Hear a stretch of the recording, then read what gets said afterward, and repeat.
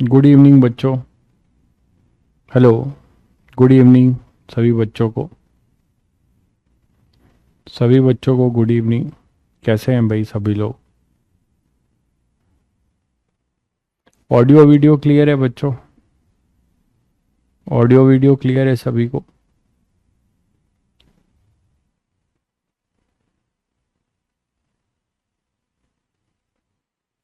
Audio video clear है सभी को? चलिए।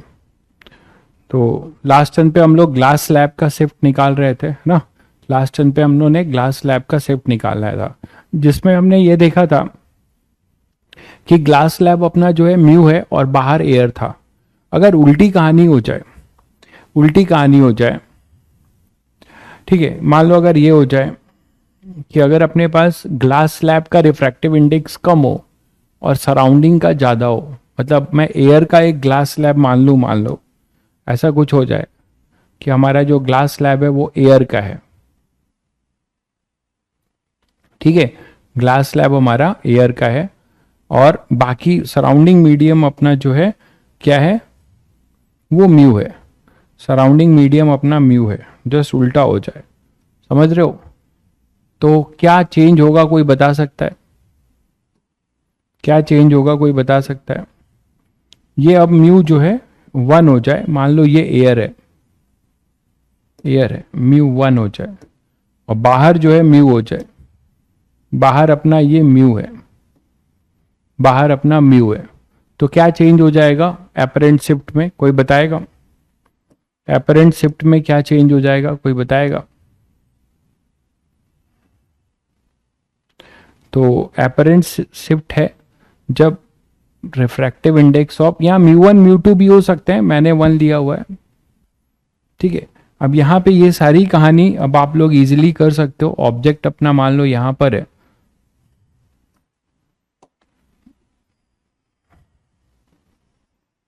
तो पहला जो रिफ्रैक्शन होगा उल्टा होने लगेगा ना। यहाँ पे अब बोला जा रहा है कि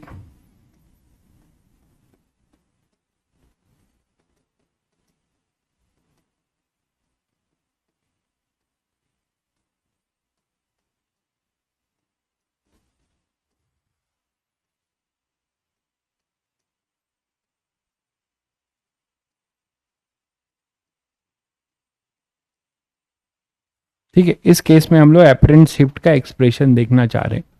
तो इस केस में हम लोग एपरेंट शिफ्ट निकालना चाह रहे हैं। तो इस केस का एपरेंट शिफ्ट का जो एक्सप्रेशन होगा वो पहले जैसा नहीं रह जाएगा। तो हर जगह पे आप आंख बंद करके वो फॉर्मूला मत लगा दीजिएगा।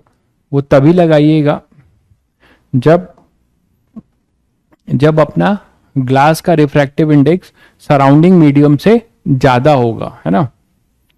तो अब देखो यहां से क्या होगा, ये लाइट रे आपकी जो आएगी वो ऐसे आएगी, डेंसर से रेयरर में जा रही है ना, डेंसर से रेयरर में जा रही है। डेंसर से रेयरर में जाएगी तो क्या होगा सभी को पता है, ये जो है डेंसर से रेयरर में जाएगी तो लाइट रे, तो क्या होगा, moving away from the normal होगा।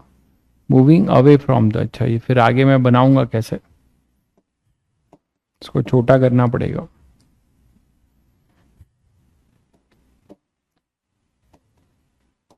मान लो ये ऑब्जेक्ट है अपना, ठीक है, तो लाइट रे यहां से कहीं से इंसिडेंट हो रही है और ये अपना नॉर्मल है, तो moving away from the normal होगा। और उसके बाद फिर से मूविंग टुवर्ड्स द नॉर्मल होगा, फिर से मूविंग टुवर्ड्स द नॉर्मल होगा। बोलो भाई, फिर से मूविंग टुवर्ड्स, डेंसर मीडियम में आएगी ना, तो फिर से मूविंग टुवर्ड्स द नॉर्मल होगा। ये समझ पा रहे हो?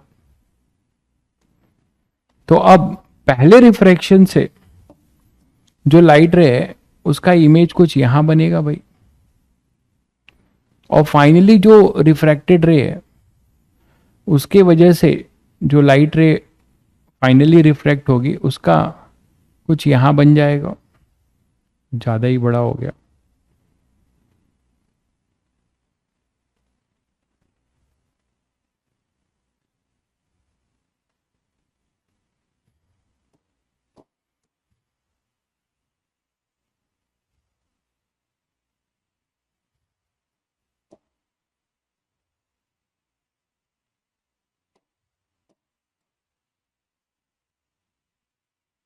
बोलो भाई।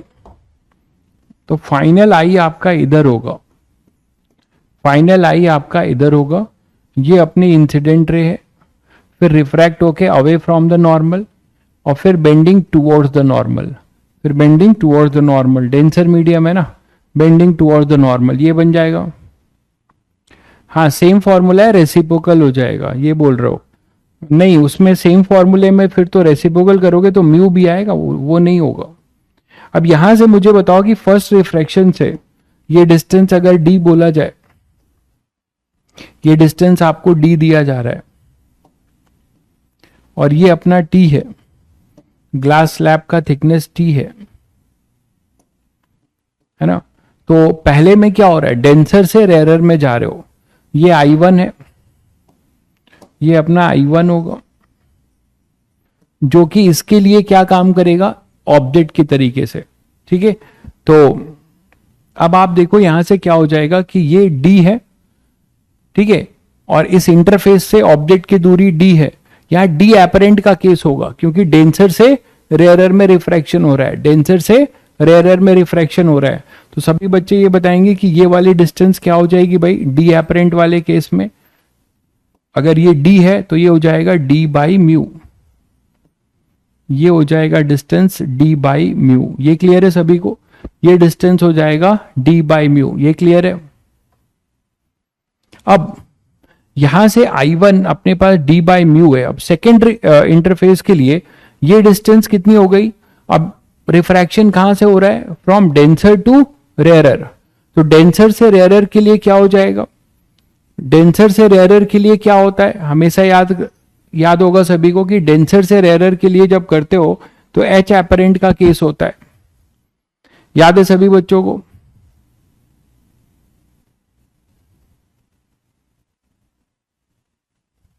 उल्टा बोल रहा हूं क्या, सॉरी, रेयरर से डेंसर, रेयरर से डेंसर, रेयरर से डेंसर, अभी डेंसर से रेयरर तो D एपरेंट, और रेयरर से डेंसर तो H एपरेंट, ठीक है, रेयरर से डेंसर तो फिर H एपरेंट। तो H एपरेंट अपने पास क्या हो जाएगा, H एपरेंट अपना ये जो डिस्टेंस होगा, ये पूरी, ये डिस्टेंस सभी लोग बता सकते हैं भाई क्या होगा, इसके लिए ये ऑब्जेक्ट है, तो what is the object distance, it is D by mu plus T, है ना, D by mu plus T, D by mu plus T, ये ऑब्जेक्ट डिस्टेंस है, H है, तो H एपरेंट क्या होगा, म्यू टाइम्स, तो ये म्यू हो जाएगा। तो इसको फाइनली ये हो जाएगा अपना H एपरेंट का केस बनेगा, थोड़ा आपको याद आ जाए, है ना, ये रिफ्रैक्शन हुआ है फ्रॉम रेयरर टू डेंसर, और ये एक तरीके से D एपरेंट का केस होगा, जिससे आपको याद हो जाए। क्लियर है, D बाई म्यू समझ में नहीं आया, क्यों नहीं समझ में आया भाई, ये डेंसर मीडियम है और ये एयर है, तो डेंसर से एयर में आपका जो होगा वो क्या होगा, आपको बताया तो था कि डेंसर से, जब आप रिवाइज करके नहीं आओगे, अभी कल ही पढ़ा है, ये D होता था, तो यहां से अपना इधर से व्यूअर अगर रेयरर में है तो इसको देखता था यहाँ पे, है ना, बकेट वाला केस जो बताया था, आप ऊपर से पानी भरी बाल्टी को देखोगे तो बाल्टी का जो बॉटम है वो ऊपर दिखता था, तो वही चीज यहां पर है, तो ये डेंसर से रेयरर वाला केस है, D बाई म्यू। अब रेयरर से डेंसर हो रहा है तो H एपरेंट, जो कि म्यू टाइम्स होता था, तो इस ऑब्जेक्ट डिस्टेंस, ये ऑब्जेक्ट डिस्टेंस है D by mu plus T, इसको म्यू टाइम्स कर दिया। आई थिंक यहां तक सभी बच्चों को क्लियर होगा। तो अब जो शिफ्ट हो चुका है दैट इज योर शिफ्ट, यहां पे इस केस में शिफ्ट होगा ये, OI इज आवर शिफ्ट, तो OI बता दो क्या होगा, OI is your shift in this case, OI बता दीजिए क्या होगा।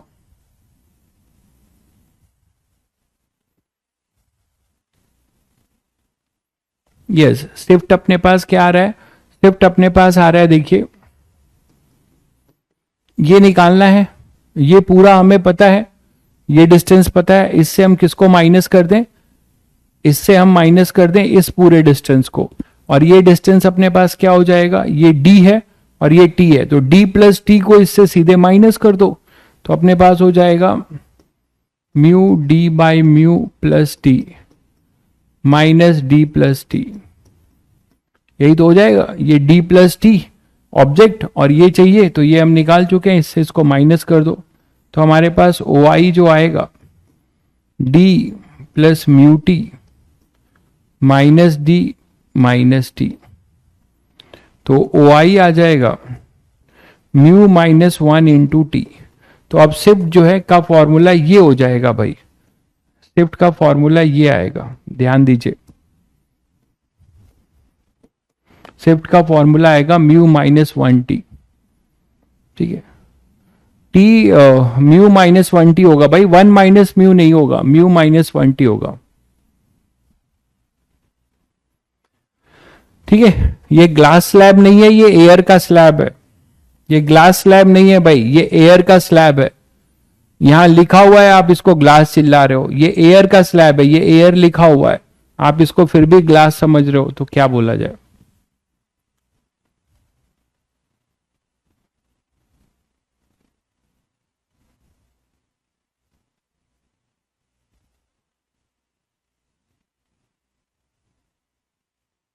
क्लियर है बच्चों, ये क्लियर है सभी को। तो आप इस तरीके से कर सकते हैं, हालांकि इसको जनरलाइज किया जा सकता है, एक ही फॉर्मूले से आप अपना काम चला सकते थे। अगर मैं ये लिखता शिफ्ट के लिए, देखो, अच्छा ये देखो कि यहां पे जो शिफ्ट है वो इंसिडेंट रे के ऑपोजिट जा रही है, मतलब यहां पे कोई व्यूअर होगा, उसकी आंखों में ये लाइट रे आ रही होगी, तो ये ऑब्जेक्ट इसको पीछे, मतलब शिफ्ट पीछे दिखेगा, इंसिडेंट रे के ऑपोजिट डायरेक्शन में दिख रहा है, इंसिडेंट रे के ऑपोजिट डायरेक्शन में दिख रहा है। ये सब फॉर्मूले आप डायरेक्ट यूज करिए जेईई मेंस में, कोई दिक्कत नहीं है, ठीक है। शिफ्ट आपको ऑपोजिट दिख रहा है, तो इसको थोड़ा और जनरलाइज कर दें इसी फॉर्मूले, पहले वाले फॉर्मूले से ही काम हो सकता है क्या, देखना जरा। अगर मैं शिफ्ट का एक फॉर्मूला जनरलाइज करूं, चेक करते हैं, हम ये लिख सकते हैं, पहले वाले में क्या था, टी 1 माइनस 1 अपॉन म्यू, यही था ना। तो इसको मैं ऐसे लिख दूं जनरलाइज में, इसको अगर मैं ऐसे लिखूं, देखो चेक कर रहा हूं, मेरे दिमाग में कुछ क्लिक कर रहा है, 1 minus 1 upon mu of slab और म्यू ऑफ ये सराउंडिंग कर दूं, मतलब यहां रिलेटिव रिफ्रैक्टिव इंडेक्स डाल दूं, ये स्लैब है और ये सराउंडिंग है, ठीक है। तो mu of slab with respect to surrounding, mu of slab with respect to surrounding कर दूं,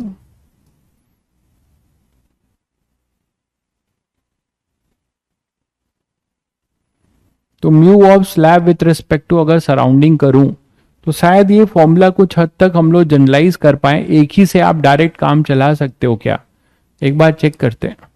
तो इसको हम ऐसे लिख सकते हैं,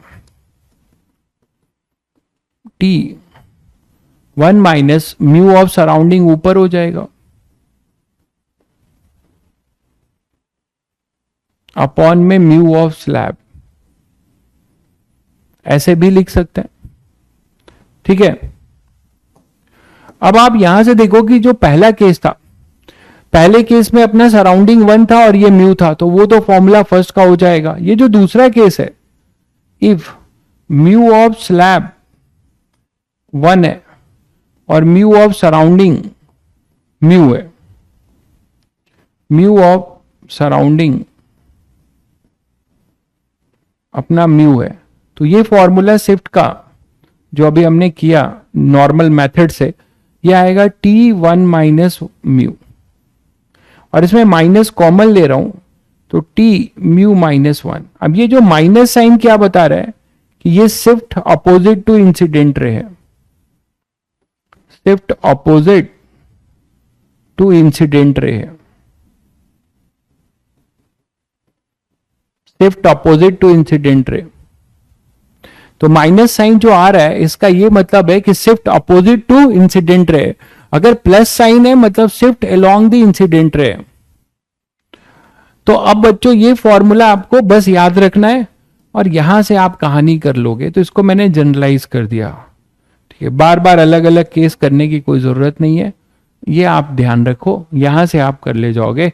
अगर पॉजिटिव आता है शिफ्ट, है ना, तो सिर्फ पॉजिटिव आता है मतलब along the incident ray shifting होगी, ऑब्जेक्ट है उसके आगे इंसिडेंट रे के अलोंग शिफ्टिंग होगी।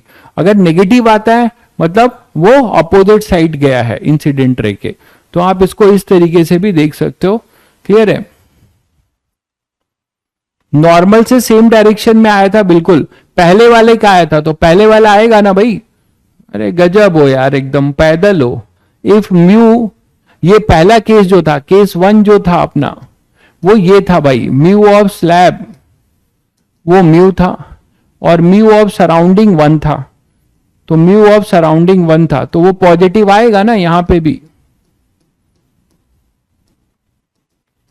1 था। तो जब आप इसको यहां पुट करोगे तो यही तो आएगा शिफ्ट, पहले वाले के लिए यही आ जाएगा 1-1/μ, यही तो आएगा, पॉजिटिव ही तो आएगा शिफ्ट। ठीक है, जब ग्लास स्लैब था तो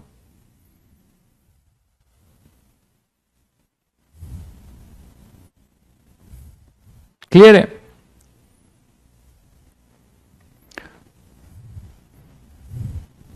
अरे हेडिंग के मुताबिक मैंने लिखा है रिफ्रैक्टिंग और ग्लास, ये ग्लास स्लैब हटा दो, लेस देन द सराउंडिंग। ठीक है, तो सराउंडिंग को म्यू लिया है तो ये 1 है तो म्यू जो है हमेशा 1 से बड़ा होता है, इसमें क्या दिक्कत है आपको? या आपको ऐसे लगना है refractive index air slab in surrounding medium mu कर लो, अगर आपको ऐसा कंफ्यूजन हो रहा है तो।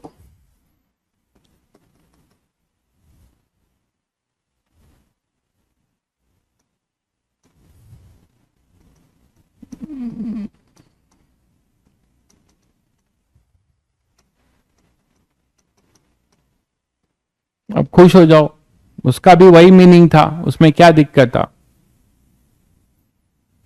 ठीक है, तो आप इसको जनरलाइज करके ऐसे देख सकते हो। चलिए, क्लियर हो गया? आगे बढ़ते हैं। तो कुछ मान लीजिए क्वेश्चन लेते हैं। अब ऐसे क्वेश्चन आपको आराम से कर सकते हो कि एक वेसल है, इसमें पानी भरा हुआ है,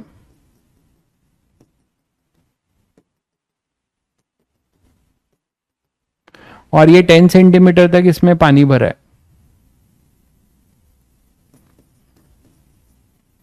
10 सेंटीमीटर तक इसमें पानी भरा है और यहां से अपना कोई ऑब्जेक्ट है, जो यहां कोई प्लेन मिरर लगा देते हैं, यहां पे कोई प्लेन मिरर है। ठीक है, और यहां से इसकी डिस्टेंस वाटर सरफेस से 5 सेंटीमीटर है, ये डिस्टेंस है 5 सेंटीमीटर।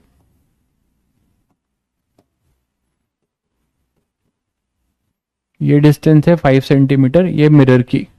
यहां पे कोई ऑब्जेक्ट रखा है इसके बॉटम पे, इसके ऑब्जेक्ट रखा हुआ है कहीं, इसके बॉटम पे कोई ऑब्जेक्ट रखा हुआ है। ठीक है, तो आपको बताना है कि what is the final image, distance of image from the mirror,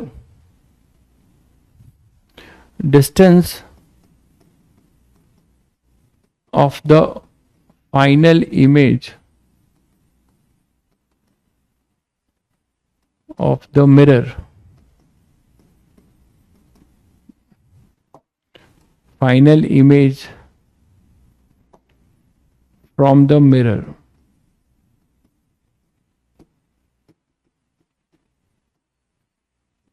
after, कोई तो लिखना नहीं चाहिए, लिख दे रहा हूं, आफ्टर रिफ्रैक्शन एंड रिफ्लेक्शन। ये तो सभी को पता है कि दोनों चीजें होंगी। तो distance of final image from the mirror पूछा है आफ्टर रिफ्रैक्शन एंड रिफ्लेक्शन। दोनों साइड अलग अलग म्यू लगा देंगे मेरे भाई, तो मैंने तुम्हें फॉर्मूला बता दिया ना, mu of slab with respect to surrounding कर दीजिए, मतलब म्यू ऑफ स्लैब, ये लिख तो दिया है, अब कैसे लिखूं? अब कैसे लिखूं मेरे भाई?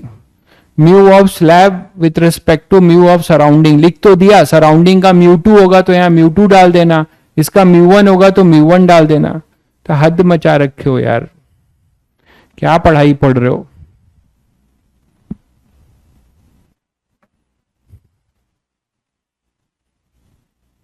कहां थे भाई अवनीश? अभी आए हो क्या? पहला लेक्चर नहीं किया क्या आपने? रिफ्रैक्टिव इंडेक्स तो बता दीजिए, आपको रिफ्रैक्टिव इंडेक्स की पूरी डिफिनेशन बताई गई है, आप कह रहे हो रिफ्रैक्टिव इंडेक्स बता दीजिए। तो यहां से पहले रिफ्रैक्शन होगा, ठीक है, तो पहले रिफ्रैक्शन होगा तो एक तरीके से इसका क्या हो जाएगा, डी एपरेंट का केस बनेगा भाई।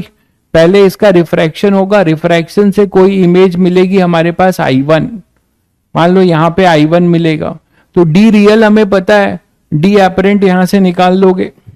डी रियल एक तरीके से 10 सेंटीमीटर है। हाँ ये अच्छा अच्छा सॉरी आप शायद इस म्यू की बात कर रहे थे, ठीक है, आप इस म्यू की बात कर रहे थे। ऐसा ही होता है ऑनलाइन में, यही होता है मिसकम्युनिकेशन, मतलब कम्युनिकेशन गैप जिसको कहते हैं। तो म्यू वोटर हो जाएगा 4/3, ये आपको नहीं दिया था, आप शायद इसी की बात कर रहे थे, मुझे लग रहा था कि आप पूछ रहे थे कि रिफ्रैक्टिव इंडेक्स बता दीजिए।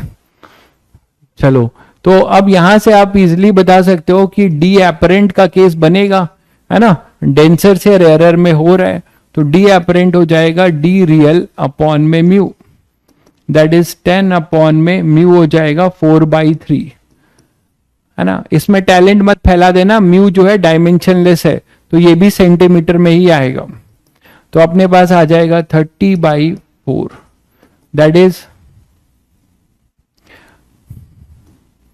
15/2 और 7.5, तो 7.5 सेंटीमीटर। इसका मतलब रिफ्रैक्शन के बाद जो इमेज यहां बना होगा वो हमेशा इंटरफेस से लेते हैं, ये होगा 7.5 centimetre. This is your I1। Now your I1 will be act as a, ठीक है, now I1 will be act as a क्या, ऑब्जेक्ट फॉर दिस मिरर, है ना। तो I1 acts as a object for the mirror. आप बोल सकते हो कि I1 एक्ट्स एज ए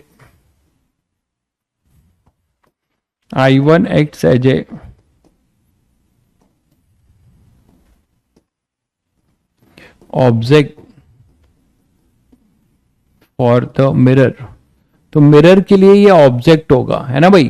तो जब मिरर के लिए ऑब्जेक्ट होगा तो ऑब्जेक्ट डिस्टेंस कितना है, object distance from the mirror,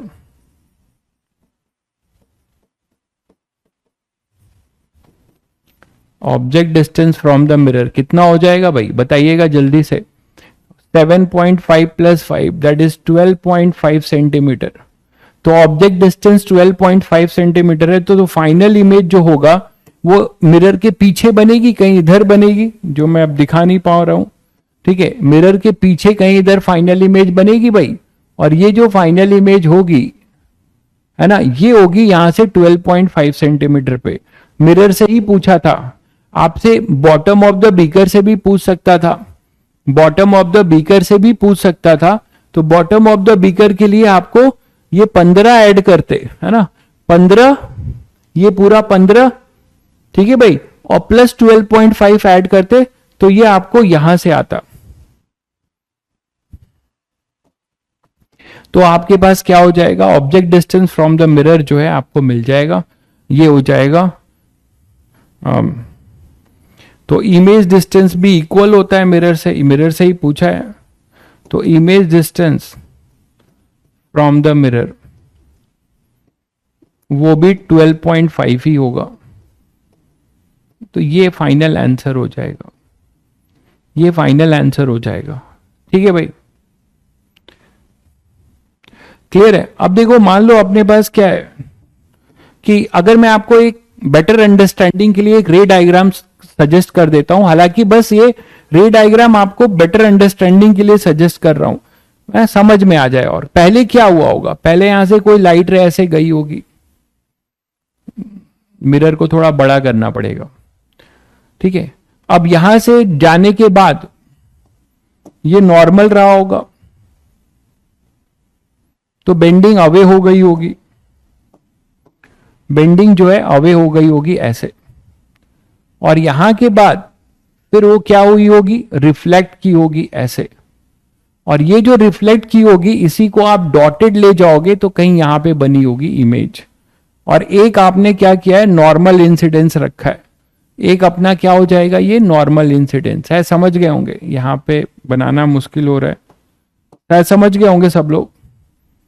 रे डायग्राम सबको समझ में आ गया भाई, जो अभी मैंने बनाया रे डायग्राम सबको समझ में आएगा।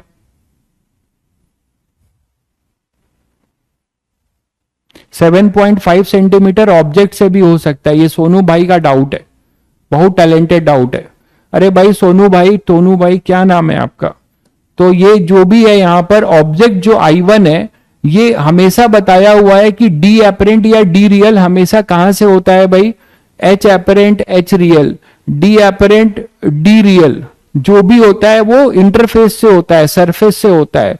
ठीक है, तो आप ये मत बोलिए कि ऑब्जेक्ट से होगा 7.5, हमेशा इंटरफेस से लिया जाता है। आपको प्रूफ करके दिया गया है, आपको प्रूफ करके दिया गया है, तब आप ऐसा पूछ रहे हो, तो आपके टैलेंट की महिमा है। तो यहां से अब आगे बढ़ते हैं। खैर, बहुत टैलेंटेड लोग हैं यार, कभी कभी लगता है कि मतलब सब लोग काहे तैयारी करते हैं, हमको नहीं समझ में आता। मुझे बिल्कुल समझ में नहीं आता कि लोग क्यों तैयारी करते हैं। सब लोग को क्या जरूरी है IITN बनना भाई? ऐसा कोई जरूरी नहीं है। ये एक्चुअली क्या है कि इतना मतलब इजी हो चुका है आपके पास कि जो नहीं चाहता है उसको भी मजबूरी में ड्राइविंग फोर्स मिल जा रहा है। अबे यार 3,000 रुपए में जो है मिल रहा है, चलो कर लेते हैं, क्या दिक्कत है? अरे ये मत सोचिए, आप ये सोचिए कि आप उस चीज को करने के लिए सक्षम है। सक्षम सभी होते हैं, ठीक है, आप करना चाहते हो कि नहीं, बस ये आपका चाहत में आपको सक्षम और अक्षम बनाता है। ठीक है, capable and incapable, the difference जो क्रिएट करता है वो आपका जो है एटीट्यूड जो है आपको जो है कैपेबल और इनकैपेबल बनाता है। ठीक है, और एटीट्यूड मतलब आपका उस लेवल पे, आप एक्चुअली उस लेवल के लिए अंदर से जो है मतलब आपका जील है उस चीज को पाने का। तो आपको इनकैपेबल और कैपेबिलिटी जो है आपके इस चाहत से होती है। ठीक है, आपके अंदर वो चाहत है बनने की या नहीं? ठीक है, नहीं है तो आप बिल्कुल मत करिए, क्या जरूरत है करने की।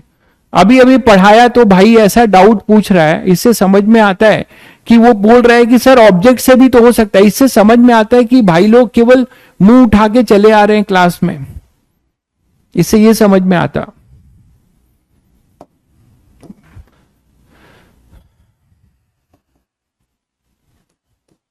अरे कुछ तो पढ़ के आओ यार, जो पढ़ाया जा रहा है, मानते हैं आपका बिजी शेड्यूल है, तो पढ़ना ही तो है, और क्या काम है आपको? आप सबसे, मैंने बता रखा है कि लाइफ का सबसे जो है टफ आवर झेल रहे हैं, वो मुझे भी पता है, बट इस टफ आवर में अगर आप निकाल दे गए अपने आप को, तो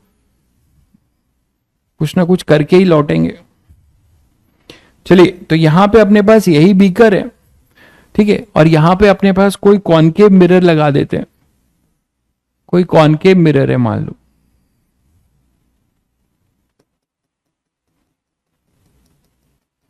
ठीक है, ये कॉनकेव मिरर लगा दिया। अब आपके पास कोई भी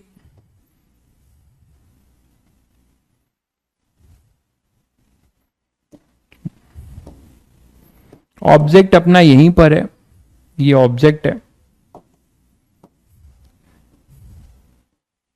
ठीक है, ऑब्जेक्ट अपना यहां पे, और यहां पे कोई वाटर लेवल अपने पास कुछ होगा, और वाटर लेवल की वैल्यू भी आपको दे रखी है। मान लो कुछ ऐसा ले लेते हैं कि वाटर लेवल अपना यहां तक है 32 सेंटीमीटर तक,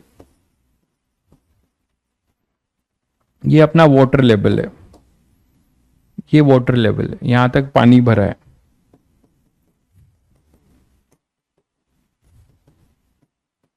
ये म्यू डब्ल्यू ई है 4/3, ठीक है भाई, ये 32 सेंटीमीटर है। और ये दिया हुआ है, ध्यान से सुनिएगा क्या दिया है कि जो फाइनल इमेज बनती है, फाइनल इमेज जो बनती है वो यहां बनती है 14 सेंटीमीटर नीचे। फाइनल इमेज जो बनती है, फाइनल इमेज मैं लिख देता हूं अभी, फाइनल इमेज जो बनती है ये 14 सेंटीमीटर पे बनती है। Final image is at the 14 centimetre from the water surface. और ये जो मिरर से इसकी डिस्टेंस है, थोड़ा और पास ही ले आते हैं इसको।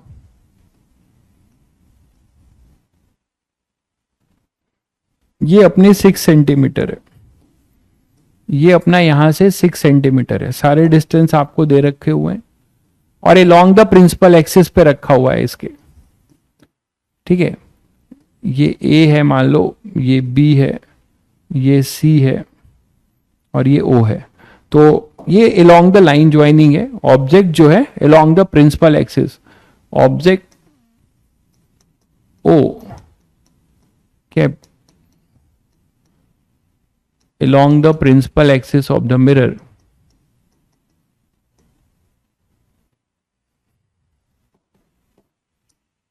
along the principal axis of the mirror।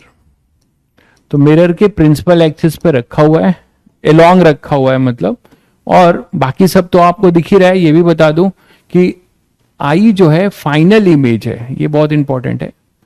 Final image of object that is after, ये भी लिखना नहीं चाहिए फिर भी लिख दे रहा हूं, आफ्टर रिफ्रैक्शन एंड रिफ्लेक्शन। ये लिखना नहीं चाहिए, बस इतना लिखना चाहिए फाइनल इमेज, आपको ये खुद समझना पड़ेगा, फिर भी लिख दे रहा हूं। ठीक है, ये आपको दिया हुआ है 14 सेंटीमीटर। इसके स्केल पे मत जाइएगा कि सर ये तो छोटा है ये बड़ा है। ठीक है, तो ये अपना यहां से ये डिस्टेंस है 14 सेंटीमीटर, तो B I is your 14 centimetre. ठीक है, A B is your 6 centimetre. तो आपको निकालना क्या है, focal length F of the mirror, focal length of the mirror, जल्दी बता दीजिए, एफ आपको फाइंड करना है।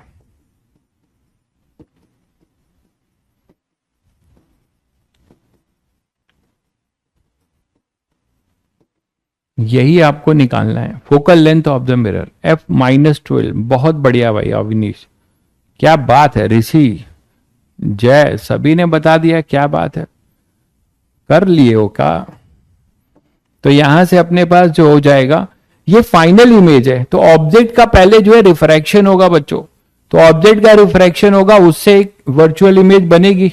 तो जो डी अपरेंट होगा, देख लीजिए भाई, है ना, आफ्टर रिफ्रैक्शन क्या होगा, let I1 be the image. तो डी अपरेंट ही तो होगा, और हमेशा इंटरफेस से होता है, वाटर लेवल से होगा, क्या होगा वो, D real by mu. D real कितना है, वैल्यू सही सेट कर पाया हूं 32, हाँ सही सेट किया है, 4 और इधर 3, तो ये हो जाएगा 24 सेंटीमीटर। और 24 सेंटीमीटर कहां से होगा भाई, 24 सेंटीमीटर अपना जो होगा वो कहां से होगा, इंटरफेस से होगा। 24 सेंटीमीटर अपना इंटरफेस से होगा, ये क्लियर है सभी को। यहां पे कहीं पे I1 होगा, ठीक है, यहां पे कहीं पे I1 होगा, ये होगा 24 सेंटीमीटर। ये I1 जो अपना आएगा ये आएगा 24, ये निकाल लिया आपने। अब आपको मिरर फॉर्मूला बस लगा देना है, 24 सेंटीमीटर, ये होगा I1। अब ये I1 आ चुका है, I1 acts as a object for reflection, है ना। तो I1 जो होगा, I1 acts as a object, obviously virtual होगा, वर्चुअल ऑब्जेक्ट फॉर मिरर। तो मिरर से इसकी डिस्टेंस क्या होगी, ये पोल है, तो मिरर से इसकी डिस्टेंस हो जाएगी 24 और 6 30। तो इसके लिए, और इंसिडेंट रे इधर ही होगा, मिरर के लिए इंसिडेंट रे इधर होगा, ये डायरेक्शन पॉजिटिव होगी, तो आप U जो होगा वो नेगेटिव होगा, -30 सेंटीमीटर। और V आपको दिया हुआ है, फाइनल V दिया हुआ है कितना, 6 और 14, V आपको दिया है -20 सेंटीमीटर। तो क्या आप लोग F नहीं निकाल लोगे, निकाल लोगे, क्या आ जाएगा, 1/V + 1/U = 1/F। तो F is equal to UV upon U + V, sign के साथ पुट कर दीजिए, तो -30 -20 अपॉन में -30 -20, तो फाइनली माइनस होके आएगा और ये आ जाएगा 600/50, तो 12 आएगा, -12 आ रहा है, यही आ रहा है तुम लोग का भी, ठीक है। -12 सेंटीमीटर फोकल लेंथ आ जाएगा, -12 सेंटीमीटर इसका फोकल लेंथ आ जाएगा, ठीक है बच्चों। अगर आप इसको थोड़ा सा चाहते हो कि इसका रे डायग्राम विजुलाइज किया जाए तो ऐसे कर सकते हो।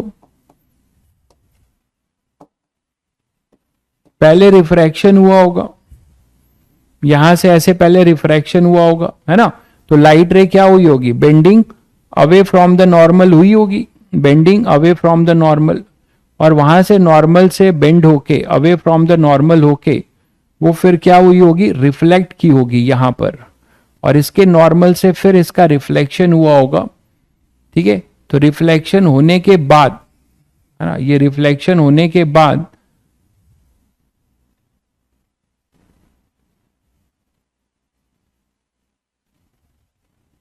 रिफ्लेक्शन होने के बाद इसका इमेज बना होगा, और वो इमेज कहां पर है, माइनस,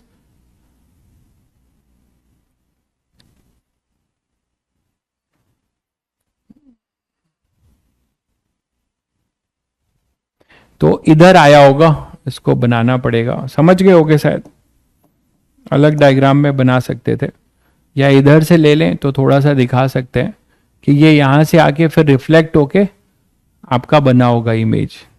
क्लियर है सभी को, रिफ्लेक्शन के बाद का इमेज है, पहले रिफ्रैक्शन हुआ फिर रिफ्लेक्शन हुआ, और वो फाइनल इमेज आपको दे रखी हुई है, ठीक है, हो गया विजुलाइज, तो ठीक है।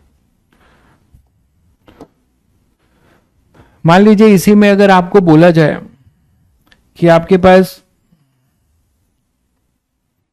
कोई एक बीकर है,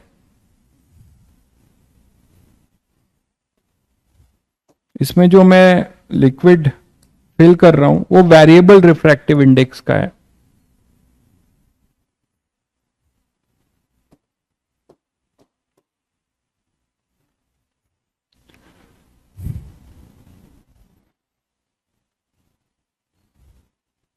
वो वेरिएबल रिफ्रैक्टिव इंडेक्स का लिक्विड है इसमें, और कोई इंसेक्ट इसमें चल रहा है,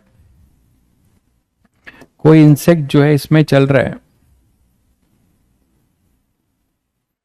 और ये ऊपर की तरफ उठ रहा है कांस्टेंट वेलोसिटी u मीटर पर सेकेंड से। ये इंसेक्ट जो है मछली हो सकता है, कुछ भी हो सकता है, वो ऊपर की ओर उठ रहा है कांस्टेंट वेलोसिटी से,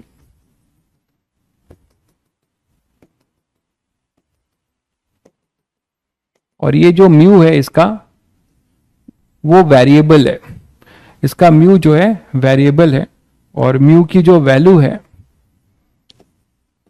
mu naught 1 + AY, where mu nought and A are constant, mu nought and A are constant,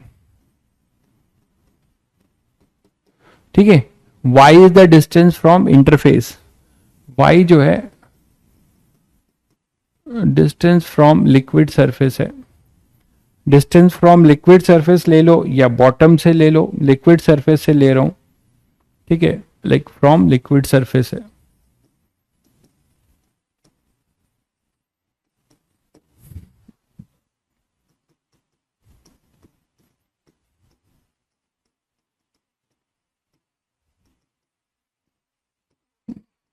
constant velocity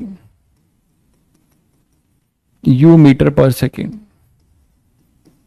तो कोई ऑब्जर्वर है जो यहां पे मान लो होगा, वो ऊपर से देख रहा है, फाइन, पहले तो ये h ले लो, ये पूरा h है, apparent depth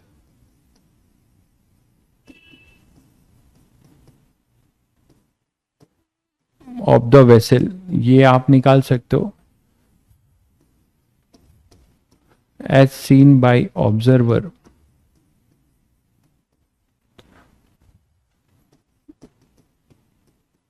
directly above it. दूसरा है apparent velocity of insect.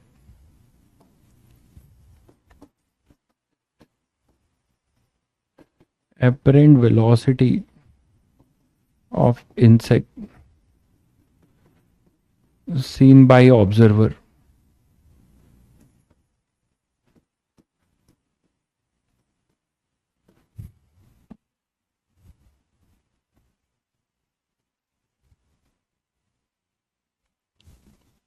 चलिए ठीक है, तो क्या होगा बताइए।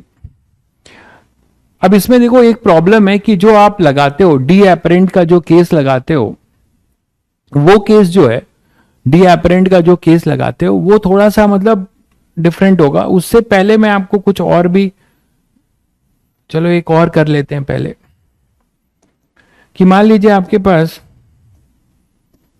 इस पे आते हैं अभी, एक क्वेश्चन और देखते हैं पहले, कि मान लो हमारे पास एक यही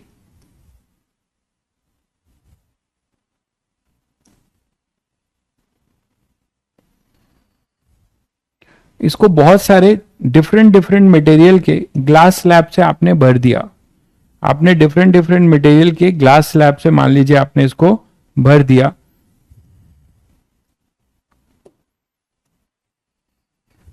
और अलग अलग थिकनेस के, थिकनेस भी अलग अलग ले लेते हैं।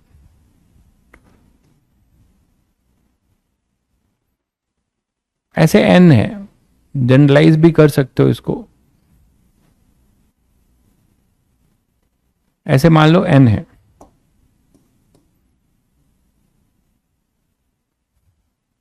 और यहां पे कोई ऑब्जेक्ट है, यहां पे बॉटम पे कोई ऑब्जेक्ट है, इसका है μ1 और ये है अपना T1, ये μ2 है, ये T2 है, ये μ3 है, ये T3 है, और ये डॉट डॉट, ये μn है और ये Tn है।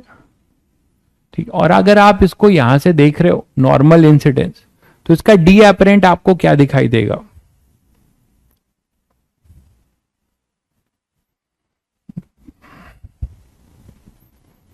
PYQ कर लीजिए भाई, आपके ऊपर है भाई, आप क्या करना चाहते हैं, सब मत पूछा करिए, मुझे क्या पता आप किस लेवल पे क्या काम कर पाएंगे। ठीक है, मैं तो कहूंगा सब कर लो अगर सब कर पा रहे हो। नहीं, ये तो आपको सोचना है ना यार कि हम कहां तक कर पा रहे हैं। और हमें ये जरूर है, मैंने आपको बताया कि एक बेयर मिनिमम काम करना है कि भाई जेई मेन सिक्योर करना है एटलीस्ट। तो आप देखो आप क्या कर सकते हो, उसके अकॉर्डिंग करो, है ना। डीपीपी कर लें, उसके बाद पीवाईक्यू करें कि सीट करके पीवाईक्यू करें, ये सब आपके ऊपर है भाई, है ना। मैं कब बोलूंगा, मैं तो बोलूंगा जितना आप कर लेंगे उतना अच्छा है। ये आपको सोचना है ना भाई, मैं इसमें कुछ नहीं बोल सकता, सब रिलेटिव है। ये जरूर बोलूंगा कि बेयर मिनिमम काम कर लेना है। बेयर मिनिमम काम यह है कि आपको जेई मेन सिक्योर करना है, 99 कैसे भी 99 का आंकड़ा पार करना है, 99 पॉइंट में जाना है। हालांकि वो भी बहुत कम है, उसमें भी आप ऐसे डोलते रहेंगे। अगर आप 99.9 है तभी आप समझिए, 99.9 के लिए आपको एटलीस्ट 225 का आंकड़ा, 230 का आंकड़ा छूना होगा। हो सकता है वो 250 चला जाए, आजकल जो चल रहा है, जितना इतने घटिया पेपर आ रहे हैं, तो भाई मेरिट तो हाई जा ही रही है। तो यहां पे अगर आपसे पूछा जाए कि व्हाट इज डी एपरेंट, इस केस में आपसे डी एपरेंट पूछा जाए तो आप बता सकते हैं डी एपरेंट क्या होगा। सभी लोग, है ना, डी एपरेंट सभी लोग बता सकते हैं। हाँ देखिए, आप इसको अच्छा एक और सिस्टम डिजाइन कर सकते हो कि इन सभी के जगह पे, आपसे ऐसा भी पूछा जा सकता है कि इन सभी के जगह पे इस बीकर में एक ऐसा लिक्विड डालूं जो वही एपरेंट शिफ्ट दे जो सबने मिलके दिया था। ध्यान दीजिएगा मैं क्या बोल रहा हूं, इसी बीकर में मैं एक ऐसा शिफ्ट डालूं, लिक्विड डालूं जो वही, एक सिंगल लिक्विड भर दूं इतने का, एक सिंगल लिक्विड भर दूं इतने का, जो जिसको मैं नाम दे रहा हूं म्यू इक्विवेलेंट, जो आप इसी ऑब्जेक्ट को अब इसके अंदर डाल रहे हो, तो ये जो टोटल हाइट है, टोटल हाइट जो h है, तो आपको वही एपरेंट शिफ्ट मिले जो इसमें इसके वजह से मिला था, है ना। दोनों का एपरेंट शिफ्ट सेम हो जाए, दोनों का एपरेंट शिफ्ट सेम हो जाए। तो ध्यान से समझिए, आप इसको लिख सकते हो, इसका जो एपरेंट शिफ्ट होगा h क्या होगा। h यहां पे दो तरीके से इस पे क्वेश्चन पूछे जा सकते हैं। h इसका क्या है, t1 plus t2 dot dot tn, ठीक है। तो इसमें जो एपरेंट शिफ्ट होगा डी एपरेंट, वो आप क्या लिख सकते हो, इट इज डी रियल, है ना। इसको h के जगह d करो, नहीं तो बहुत लोग कंफ्यूज करेंगे। इसको d मान लो, तो d रियल डेंसर से रेयरर है, डेंसर से रेयरर का केस है, तो एपरेंट शिफ्ट की बात कर रहे हो, तो डी एपरेंट जो होगा वो होगा D real upon mu equivalent. बोलो, तो आप इसको लिख सकते हो t1 plus t2 plus dot dot tn upon में mu equivalent d by mu, ठीक है। अगर यही चीज आप यहां से देखते हो, तो इंडिविजुअल का जो अपने पास ये एपरेंट आया था वो कैसे निकालेंगे, इंडिविजुअल के एपरेंट्स को कैसे निकालेंगे आप। इंडिविजुअल का जो एपरेंट है, आप ये मानो कि पहले एक स्लैब है। अच्छा, एक चीज आपने देखा था कि जो शिफ्ट है, जो शिफ्ट है वो किस पे डिपेंड नहीं करता, वो ग्लास स्लैब से ऑब्जेक्ट की पोजीशन पे डिपेंड नहीं करता। फॉर्मूला याद करो, T1 माइनस 1 बाई म्यू, तो केवल थिकनेस और म्यू पे डिपेंड करता है। ऑब्जेक्ट ग्लास स्लैब से कितनी दूरी पे रखा है, शिफ्ट उस पर डिपेंड नहीं करता, शिफ्ट उस पर डिपेंड नहीं करता। तो अगर आप यहां पे देखते हो कि यहां से जो नेट शिफ्ट है, ये तो डी एपरेंट मैंने निकाला है। अगर आप यहां से पहले शिफ्ट निकालते हो, मान लो ये ऑब्जेक्ट आपको यहां कहीं दिखता है, ये आई है, तो शिफ्ट तो ये हो जाएगा, ये शिफ्ट कैसे निकालोगे, इंडिविजुअल शिफ्ट के का सम। तो नेट शिफ्ट अगर हम निकालें, वो हो जाएगा अपने पास क्या, T1 1 minus 1 by mu 1 plus T2 1 minus 1 by mu 2, है ना। सभी को एक ही, अच्छा डेंसर से रेयरर में सबका शिफ्ट ऊपर ही होगा, ठीक है। यहां से अपने पास हो जाएगा Tn 1 माइनस म्यू 1, ऐसे बोल सकते हो। अच्छा, तो नेट शिफ्ट अपने पास क्या आया है, नेट शिफ्ट अपने पास आ जाएगा कुछ ऐसा, देखो T1 plus T2 dot dot Tn minus common ले लिया T1 upon mu 1 plus T2 upon mu 2 dot dot Tn upon mu n। बोलो भाई, ये नेट शिफ्ट होगा। नेट शिफ्ट का मतलब OI होगा, ये OI हुआ। तो डी एपरेंट क्या होगा, ये जो आप बोल रहे हो यहां से ये जो डिस्टेंस होगा, ये होगा डी एपरेंट, जो कि ये और ये होगा शिफ्ट, और ये पूरा अपना एक तरीके से डी है, ये बोल सकते हो। तो आप बोल सकते हो कि जो अपना OI है वो है क्या, वो है अपने पास D minus D apparent. OI basically क्या है, डी माइनस डी एपरेंट है, that is equal to T1 plus T2 dot dot Tn minus T1 by mu 1 plus T2 by mu 2 dot dot Tn by mu n। तो D apparent यहां से निकाल सकते हो। अब ये डी ही है, डी बेसिकली क्या है, T1 plus T2 dot dot Tn है, तो ये कट जाएगा, ये दोनों कैंसिल हो जाएंगे। तो डी एपरेंट हमारे पास क्या आएगा, T1 बाई म्यू 1, मतलब आप ये मान के चल रहे हो कि इंडिविजुअल के एपरेंट को डायरेक्ट ऐड कर देना, तो आप इसको डायरेक्ट भी कर सकते थे, इंडिविजुअल के एपरेंट को डायरेक्ट ऐड कर देना, T1 by mu 1 plus T2 by mu 2, ठीक है। तो यहां से म्यू इक्विवेलेंट भी अब आप निकाल सकते हो इससे कंपेयर करके, म्यू इक्विवेलेंट भी निकाल सकते हो भाई इससे कंपेयर करके। म्यू इक्विवेलेंट क्या हो जाएगा, डी एपरेंट की वैल्यू डालो और आपको जो है म्यू इक्विवेलेंट मिल जाएगा। म्यू इक्विवेलेंट क्या आ जाएगा फिर, अरे वैल्यू डालो, डी एपरेंट की ये वैल्यू डालो और यहां पे ये म्यू इक्विवेलेंट ये नीचे आ जाएगा। तो what is your mu equivalent? Mu equivalent जो हो जाएगा वो क्या हो जाएगा? T1 plus T2 dot dot Tn upon में T1 upon mu one, T2 upon mu two, Tn upon mu one. तो आपसे म्यू इक्विवेलेंट भी पूछा जा सकता है, तो म्यू इक्विवेलेंट ये आ जाएगा। ठीक है, तो म्यू इक्विवेलेंट ये समझ गए ना कहां से आया? ये देखो यहां से आया, डी एपरेंट की वैल्यू यहां पुट कर दो, ठीक है, और फिर यहां से म्यू इक्विवेलेंट निकाल लो, ये म्यू इक्विवेलेंट यहां से निकाल लो। तो आप देख रहे हैं कि नंबर ऑफ पैरेलल स्लैब्स अलग अलग होंगे, तो आप ऐसे हैंडल कर सकते हो। ये रिजल्ट आपके लिए इंपॉर्टेंट है, ये भी एक जनरल रिजल्ट है, आप डायरेक्ट यूज कर सकते हो। कैसे आया मैंने आपको बताया, या म्यू इक्विवेलेंट के लिए भी आप कर सकते हैं। क्लियर है? चलिए अब मैं इस पे आता हूं। तो यहां पे भी तो कुछ ऐसा ही हो रहा है, यहां पे भी हर dy डिस्टेंस पे जाओ आप, मान लो कि ये y का फंक्शन है, ठीक है, बट y और से ऊपर जाओगे dy पे, तो dy बहुत छोटा है, तो हम ये मान सकते हैं कि जो भी रिफ्रैक्टिव इंडेक्स इसका म्यू एट y है, that is same as mu at y plus dy, because refractive index is a function of y and dy is very small. तो whatever be the height at y is same as at a height of y plus dy। तो हम ये बोल सकते हैं कि यहां refractive index जो y पर होगा वो y प्लस dy पे होगा। तो dy के बहुत सारे आप पैरेलल स्लैब में इसको बांट सकते हो। आप इसको, अगर y आपको कहां से दिया हुआ है, आपको y यहीं से दिया हुआ है बॉटम से ही, तो आप y पे जाके एक स्लैब कंसिडर कर सकते हो। y पे जाके आप एक लिक्विड का ये स्लैब कंसिडर कर सकते हो,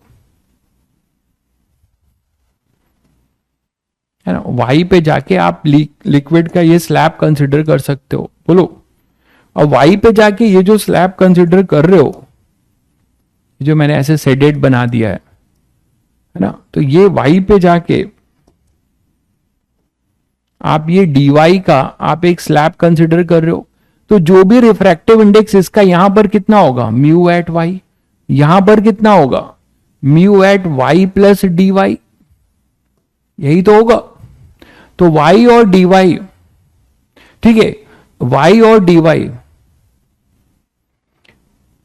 भाई मेंस ओरिएंटेड क्वेश्चंस किस सेक्शन में मिलेंगे? मॉड्यूल में तो मेंस ओरिएंटेड के लिए आप बस एक्सरसाइज 1-2 कर सकते हैं बस, या हद से ज्यादा 3, उसके बाद आपको नहीं मिलेंगे। मेंस लायक क्वेश्चन तो 1-2 में भी नहीं है, मॉड्यूल में नहीं है। मेंस लायक क्वेश्चन के लिए आपको कोई मार्केट की बुक जो नॉर्मल बुक्स हैं वो आप करिए, या PYQ करिए, एक ही चीज क्या पूछ रहे हैं।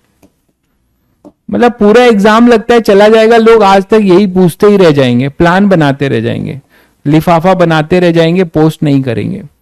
ये अपने पास y है म्यू एट y, तो सिंस y इज, और ये सब वो लोग ज्यादा करते हैं जो एक्चुअली काम कम करते हैं, प्लान ज्यादा बनाते हैं। Since dy is very small, जो पढ़ाई करता है बस उसको पढ़ाई से मतलब है कि हमें सब पढ़ लेना है भाई, बस। Mu at y is same as mu at y plus dy, बोलो भाई।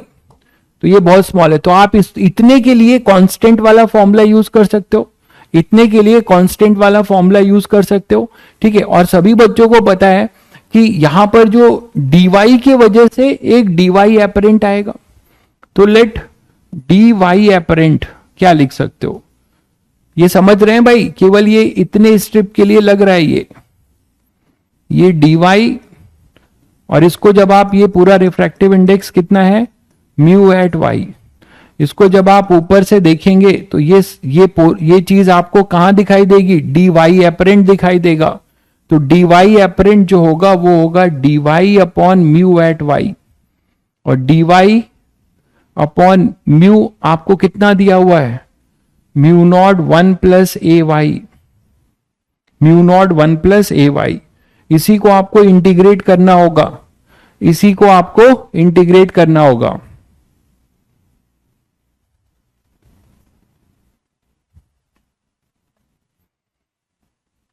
भविष्य के बच्चों के लिए एक बुक लिख डालो, यही बुक तो तुम लिख रहे हो, इसी को छाप खाने में भेज देना, ठीक है, अपना नाम डाल के, सौजन्य से मेरा नाम लिख देना, सौजन्य से जेपी मिश्रा, मुझे थैंक्स कर देना, बुक चलेगी बहुत। तो डी एपरेंट अपने पास हो जाएगा dy by mu at Y. मैंने तुम लोगों को बताया था ना कि सारे लोग सब जैसे नहीं होते, मैं इन सब से बहुत ऊपर उठ चुका हूं भाई, ठीक है। ना मेरा कोई इंस्टा है, ना मेरा कोई फेसबुक है, ना मेरा कोई टेलीग्राम है, ना मेरा कोई यूट्यूब है, ठीक है, कुछ नहीं है। तो इन सब चीजों से ऊपर उठ चुका हूं, क्योंकि इन सब चीजों में आदमी घुसने का मतलब है कि कुछ आसक्ति रखना, सब्सक्राइबर की आसक्ति, बच्चों की फैन फॉलोइंग की आसक्ति, बच्चा मुझे कितना फैन फॉलोइंग है, बच्चा मुझे कितना फॉलो कर रहा है, बच्चा मेरे लिए ताली बजा रहा है कि नहीं, बच्चा मेरे लिए जी जान लगा रहा है कि नहीं, इन सब से ऊपर। तो यहां से अपने पास dy एपरेंट ये हो जाएगा 0y एपरेंट। हाँ ये जरूर है कि ईमानदारी से बच्चों को पढ़ाना है, बस यही अच्छा लगता है, क्योंकि मुझे पता है कि अगर मैं ईमानदारी से पढ़ाऊंगा तो यहां बहुत सारे बच्चे हैं जो इसका फायदा उठाएंगे और उनका भविष्य सुधरेगा, और वो कभी ना कभी मुझसे मिलेंगे, तो वो सेटिस्फैक्शन जो होगा बस उसी के लिए इतनी मेहनत हो रही है। तो 0 से y एपरेंट, और यहां से अपने पास होगा dy upon mu not 1 plus A Y. तो यहां से बच्चों बताओ, आपने y नीचे से माना है तो ये हो जाएगा 0 से h, अगर टोटल h एपरेंट चाहते हो। अगर फंक्शन बनाना चाहते हो, अगर आप फंक्शन बनाना चाहते हो तो यहां पे जनरल फंक्शन बनाओगे तो आपके पास y apparent as a function मिल जाएगा। क्या मिलेगा? 1 upon mu naught ln 1 plus A Y. Function में ln 1 आ रहा है क्या?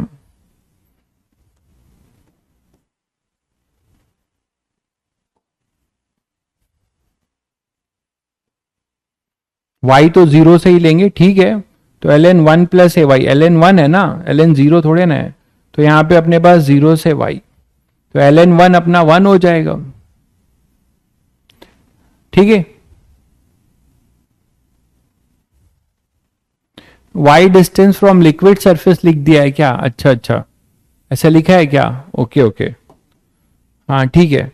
तो फिर वो h माइनस वाई होके इंटीग्रेट होगा, रुको उसको अब कर दिया है तो इसी को चेंज कर दे रहा हूं।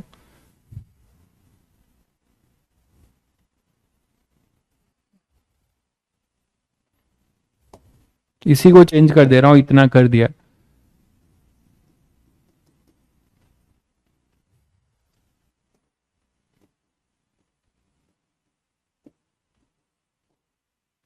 ठीक है,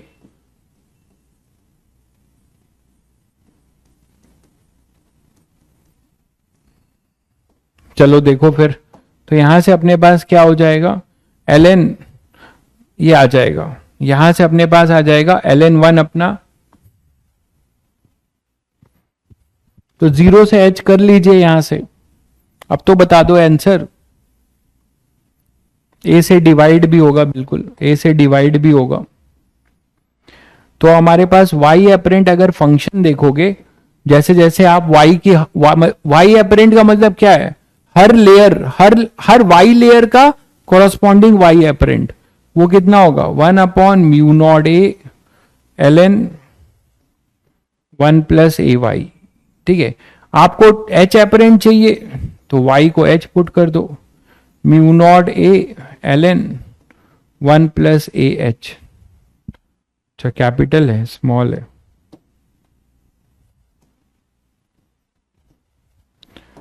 तो ये अपने पास आ जाएगा। क्लियर है बच्चों? तो यहां से h एपरेंट अपने पास ये आ जाएगा, ठीक। अब यहां से देखो,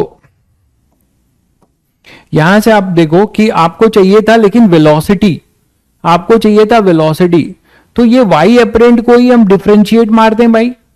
वेलोसिटी जो v एपरेंट होगी, ये बढ़िया निकला, ये v एपरेंट भी पूछ सकता है, तो v एपरेंट में आते हैं। चलिए नेक्स्ट स्लाइड पकड़ते हैं।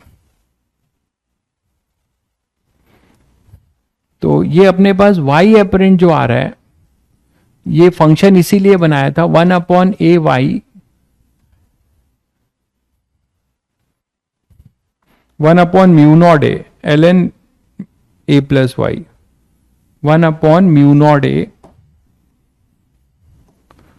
1/μ0a ln a plus Y.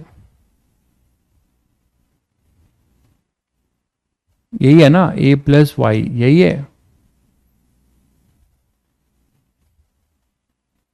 1+ay, 1+ay, sorry, ln 1+ay। ठीक है, तो अब इसको आप डिफरेंशिएट मारो तो आपको v एपरेंट, इंसेक्ट की एपरेंट वेलोसिटी मिलेगी कि नहीं, और वो कितनी होगी 1/μ0a। इसको डिफरेंशिएट करोगे तो 1/1+ay, और फिर अंदर डिफरेंशिएट करोगे तो a into D Y by D T, a into D Y by D T, A से ए कैंसिल हो जाना है, तो v एपरेंट आ रहा है, वो आ रहा है अपने पास dy बाई डी टी अपना क्या है, कांस्टेंट वेलोसिटी से वो मूव कर रहा है, कांस्टेंट वेलोसिटी से मूव कर रहा है, वो u है, तो u/1+ay इंटू μ0। तो v एपरेंट का फंक्शन भी y का ही फंक्शन बनेगा, और ऐसा बनेगा u/u0 μ0 मतलब 1+ay। ये आएगा भाई वेलोसिटी, एपरेंट वेलोसिटी। तो एपरेंट वेलोसिटी जो है इंसेक्ट की ये दिखाई देगी।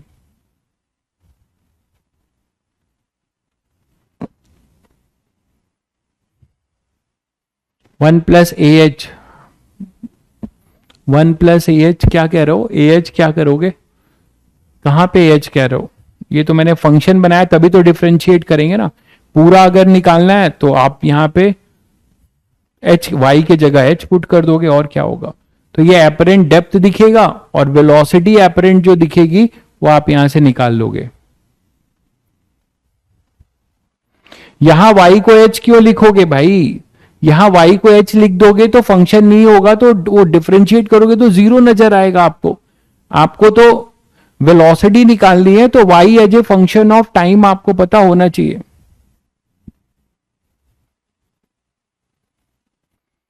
क्लियर है, चलिए, तो ये इस तरीके से क्वेश्चन, अगर आप वेरिएबल का होता है तो आप ऐसे हैंडल मार लोगे। एक क्वेश्चन और है जो बड़ा फेमस होता है अलग अलग फॉर्म में, मैं इसी को बहुत पूरा मसाला एक में कर दे रहा हूं। छोटे छोटे क्वेश्चन आपको इसमें नजर आएंगे, बट मैं पूरा मसाला एक लाके एक बड़ा मसालेदार मूवी बना दे रहा हूं इसको।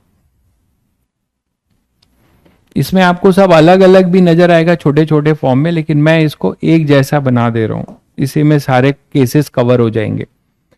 थोड़ा बड़ा है, ध्यान से देखिएगा। मान लीजिए हमारे पास पानी है, बीकर है, बीकर के अंदर पानी है, पानी के अंदर भी कोई है, ठीक है, पानी के अंदर कोई नहीं है, बस मछली है, फिश है।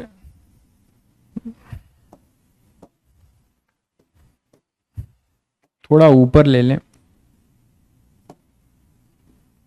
इसको, और ऊपर करो, तो पानी के अंदर मछली है, और सरफेस यहां पे कहीं पे बर्ड है, ठीक है। बर्ड ने मछली को देखा, मछली ने बर्ड को देखा, दोनों ने एक दूसरे को देखा, सब कुछ हो रहा है।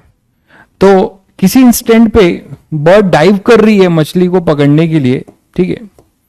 बर्ड जो डाइव कर रही है वो 4 मीटर पर सेकेंड से कर रही है, कांस्टेंट है, 4 मीटर पर सेकेंड से बर्ड डाइव कर रही है इसको पकड़ने के लिए। मछली जो है ने लगा कि नहीं अब तो नहीं बचेंगे, तो वो इधर भाग रही है, ये भाग रही है, सेंटीमीटर ले लो यार,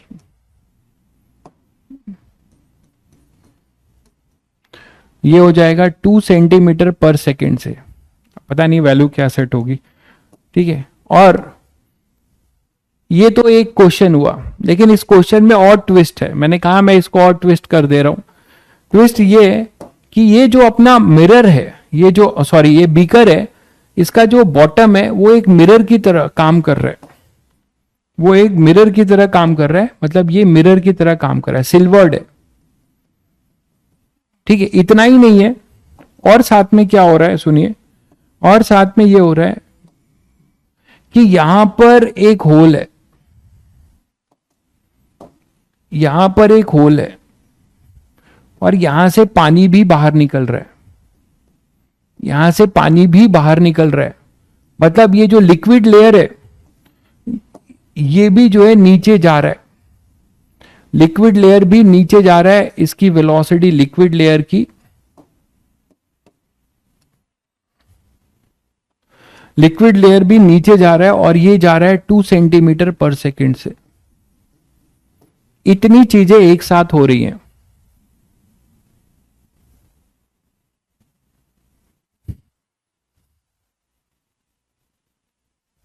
ठीक है, हाँ, फिशी बर्ड को खा जाएगी। ओ भाई साहब, ज्यादा तुम लोग साउथ इंडियन मूवी ना देखो, ऐसे ही इमेजिनेशन आएंगे। तो अपने पास क्या हो जाएगा कि ये जो पानी बाहर निकल रहा है उससे liquid layer 2 centimetre per second से जा रहा है। ठीक है, और फिश 2 सेंटीमीटर से बर्ड्स 4 सेंटीमीटर। अब कहानी क्या है, और ये मिरर है, bottom is silvered.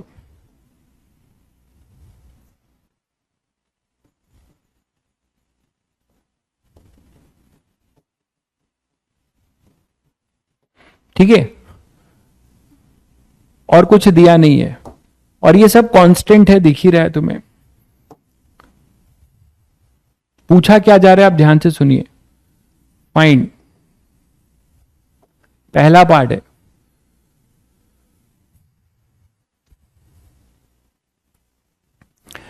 Velocity of bird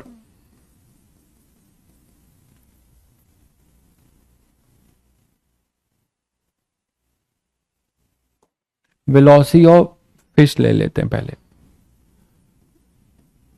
velocity of fish as seen by bird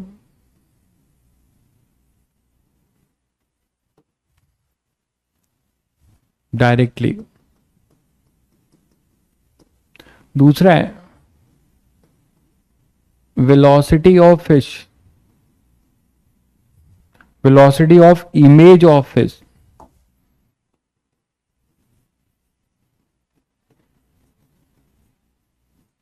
as seen by bird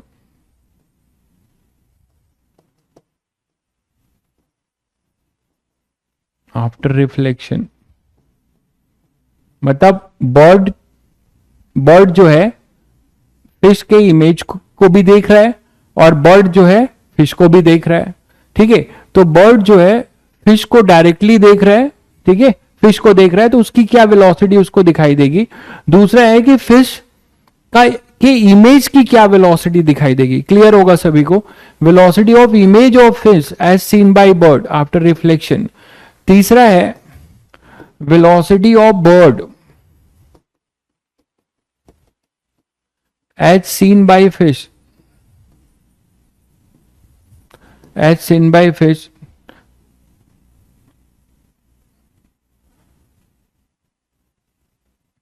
velocity of bird as seen by fish when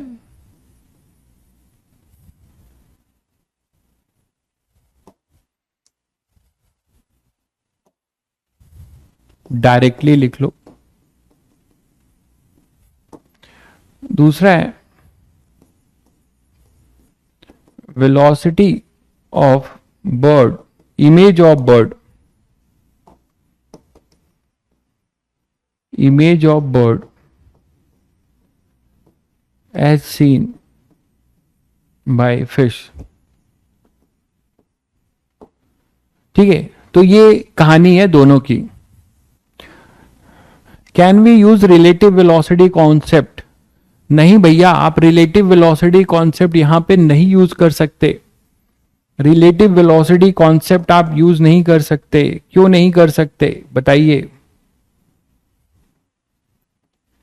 relative velocity concept आप यहां पे यूज नहीं कर सकते। मैंने आपसे रिलेटिव पूछा भी नहीं है, दोनों के मीडियम अलग अलग हैं, ठीक है। अब देखो क्या क्या होगा, पहला केस करते हैं, पहला केस करते हैं। क्वेश्चन सभी को क्लियर है बच्चों? चलिए क्वेश्चन पे बढ़ते हैं फिर। तो पहला केस करते हैं। ये पूरी जो सिनेरियो है, पहले फिश जो है बर्ड को देखेगी, फिश जो है पहले बर्ड को देखेगी, एक बार बर्ड को डायरेक्टली देखेगी, दूसरा एक बार बर्ड के इमेज को देखेगी। नहीं, वेलोसिटी ऑफ फिश है ना, एज सीन बाय बर्ड, तो पहले बर्ड फिश को देखेगी,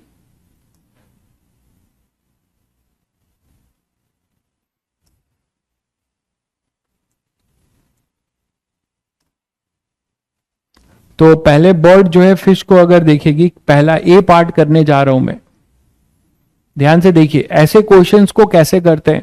आप एक चीज देख रहे हैं कि इंटरफेस भी अपना जो है गिर रहा है, जो अपना इंटरफेस है वो इंटरफेस भी अपना क्या हो रहा है, चेंज हो रहा है। तो आप क्या करोगे, देखो आप ऐसे क्वेश्चन का पहला रूल है कि आप वेरिएबल मानना शुरू करो किसी फिक्स जगह से। जैसे मिरर है, मिरर से मैं सबका जो है वेरिएबल मानना शुरू करता हूं, इसको मैं y2 मानता हूं किसी इंस्टेंट पे, ये नीचे जा रहा होगा तो वेरिएबल है, इसको y2 मानता हूं, और इसके डिस्टेंस को, फिश के डिस्टेंस को मिरर से y1 मानता हूं, और इसके डिस्टेंस को, बर्ड के डिस्टेंस को कुछ मान लेता हूं y3। तो आप इस तरीके से वेरिएबल मानना शुरू करिए। ये y3, ये अपने पास हो जाएगा y2, और ये हो जाएगा अपना y1, ठीक है। y3, y2 और y1 ऐसा आपने कुछ मान लिया इंटरमीडिएट। तो जब आपने, और हमेशा ये कहां से मानेंगे, कोई बोलेगा सर इंटरफेस से मान ले, परेशान हो जाएगा। इंटरफेस से नहीं मान सकता क्योंकि इंटरफेस फिक्स नहीं है। बर्ड से मान सकते हैं, नहीं, बर्ड भी फिक्स नहीं है। फिश से मान सकते हैं, नहीं, फिश भी फिक्स नहीं है। आप रिलेटिव से भी देखिए, कोई बच्चा पूछ रहा है सर रिलेटिव से करें, आप रिलेटिव से करेंगे तो आप देख रहे हो कि रिलेटिव वेलोसिटी चेंज होगी, क्योंकि रिलेटिव डिस्प्लेसमेंट भी चेंज हो रहा है, रिलेटिव डिस्प्लेसमेंट अपना चेंज हो रहा है, तो रिलेटिव वेलोसिटी भी आपकी चेंज होती रहेगी। किसी भी दो के बीच की जो दूरी है वो अपनी चेंज हो रही है। तो रिलेटिव, आप रिलेटिव से करेंगे तो ये प्रॉब्लम होगा कि इमेज का क्या करेंगे, आपका वो क्वेश्चन लंबा जाएगा। आप कर सकते हैं, आप रिलेटिव से निकालिए, तो पहले बर्ड का फिश के रिस्पेक्ट में रिलेटिव निकालोगे, तो मिरर से उसके इमेज का क्या करोगे, मिरर से उसके इमेज की डिस्टेंस भी निकालनी होगी, तो बहुत प्रॉब्लमेटिक होगा। तो बेटर है कि ये अप्रोच अप्लाइए, आप कोई भी फिक्स यहां से मान लीजिए। अब आप क्या करिए, आपको देखना है कि इमेज ऑफ फिश, इमेज नहीं सॉरी, आप ये देखो कि एपरेंट डिस्टेंस, पहले डिस्टेंस निकाल लो, डी एपरेंट व्हेन, पहला केस यही है ना, व्हेन फिश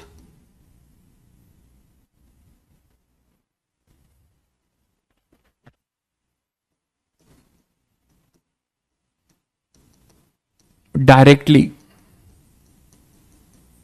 तो यहां से अब आप क्या देख रहे हो कि यहां से इसकी डिस्टेंस क्या होगी, कैसे देखेगा फिश जो है बर्ड को कैसे देखेगी, पहले फिश के, आप यही तो बोलोगे कि यहां से लाइट रे गई होगी, ठीक है, बर्ड से जो लाइट रे आई होगी, ध्यान से देखिए, बर्ड से फिश जो है बर्ड को कैसे देख रही होगी, बर्ड जो है यहां से लाइट रे आई होगी, वो रिफ्रैक्ट की होगी बेंडिंग टुवर्ड्स द नॉर्मल, और फिश के आंखों में गई होगी। तो बर्ड एक तरीके से ऑब्जेक्ट हो गया, फिश अपना व्यूअर हो गया। तो ये एक केस हो गया, कौन सा केस हो गया, ये अपने पास रिफ्रैक्शन जो हो रहा है वो कहां से हो रहा है, रेयरर से डेंसर में। रिफ्रैक्शन अपने पास कहां से हो रहा है, रेयरर से डेंसर में। तो जब रिफ्रैक्शन हमारा रेयरर से डेंसर में होगा तो एच एपरेंट का केस होगा। बोलिए भाई, उल्टा तो नहीं बोल रहा हूं। रिफ्रैक्शन जो हो रहा है वो कहां से कहां हो रहा है अपना, अगर फिश जो है बर्ड को अगर देख रही होगी तो रिफ्रैक्शन अपने पास कहां पे से कहां के लिए होगा, पहले में व्यूअर अपना वही बर्ड है, जल्दी से करके बताइए, दोनों केस लगेंगे, y1 y2 और y3 के रिस्पेक्ट में आप लिख लीजिए, उसको डिफरेंशिएट मार दीजिएगा। इससे आसान कोई रास्ता नहीं है, इससे आसान कोई रास्ता नहीं है।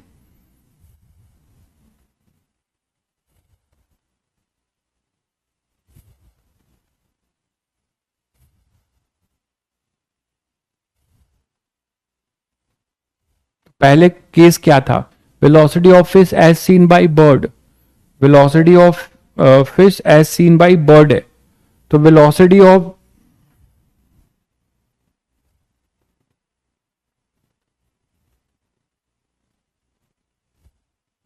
जल्दी बताओ भाई, एज पहला केस क्या लिया था, उल्टा ले लिया है क्या, velocity of fish as seen by bird, अच्छा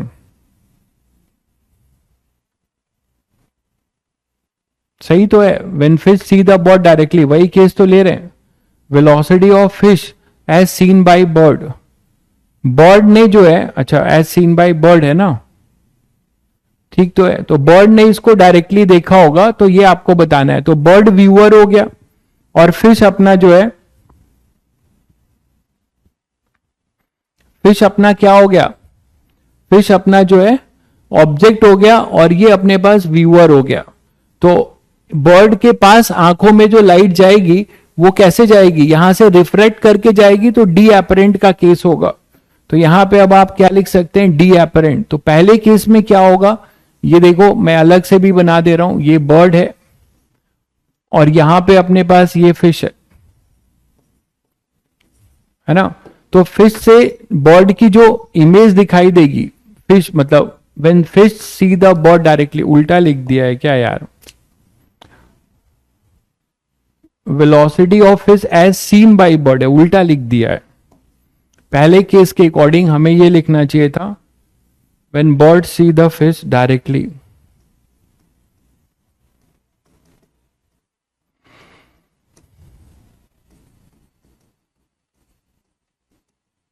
ये बनेगा ना क्वेश्चन के अकॉर्डिंग, वो तो थर्ड पार्ट हो जाएगा, तो फर्स्ट पार्ट ये है।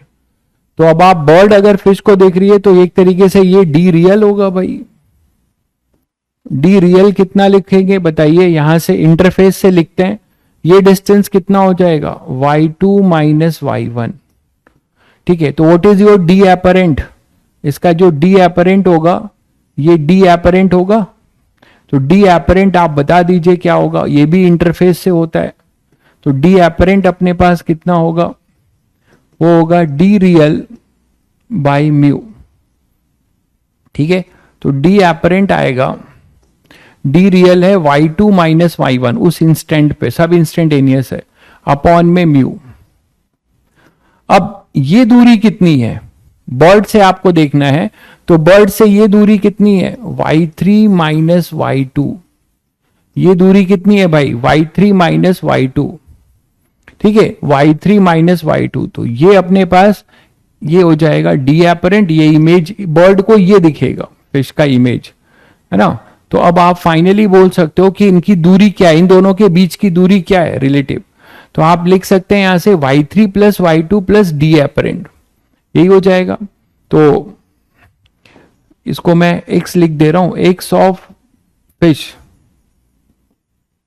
विथ रिस्पेक्ट टू बर्ड, कितना मिल रहा है, ये आपको मिलेगा y3 minus y2, y3 minus y2 plus D apparent, that is y3 minus y2 plus y2 minus y1 upon में म्यू। तो यहां तक बच्चों क्लियर है सभी को, यहां तक क्लियर है, ठीक है भाई। एच एपरेंट नहीं आएगा, आपको 1000 बार समझा रहा हूं, when bird see the fish directly, आप इसी में डोल रहे हो अभी तक, बताओ आपको बर्ड ने फिश को देखा है, तो बर्ड ने फिश को कैसे देखा होगा, बर्ड से जो फिश से जो लाइट रे निकली होगी, मतलब यहां से की जो लाइट रे रिफ्रैक्ट करके बर्ड के आंखों में गई होगी, तो डेंसर से रेयरर हो रहा है, तो डी एपरेंट होगा, आप इसी में परेशान हो अभी। अब वही मैं कहता हूं ना कि आपको मतलब इन सब चीजों में इतनी प्रैक्टिस कराने के बाद ये हाल है, सोचो तो वहां क्या होगा, जहां पे केवल फॉर्मूले बता के और निकल जाता है लोग, ये आएगा, इसी को डिफरेंशिएट मारना पड़ेगा। इसी को आपको, इस चीज को डिफरेंशिएट मार दीजिए और आपको वैल्यू दी गई है। क्या क्या दी गई है यहां देखिए, एक तरीके से D Y three by D T -4 है, -4 सेंटीमीटर पर सेकेंड है। क्यों माइनस है बताएंगे, क्योंकि y3 टाइम के साथ डिक्रीज कर रहा है। यहां सभी नेगेटिव है, कुछ ऊपर भी हो सकते थे तो पॉजिटिव लेते, यहां सारे डिक्रीज कर रहा है। ये लेयर भी -2 सेंटीमीटर पर सेकेंड, और D Y one by D T भी जो होगा वो होगा -2 centimetre per second, -2 centimetre per second. ठीक है भाई, तो यहां पे वैल्यू पुट कर दीजिए, डिफरेंशिएटिंग बोथ साइड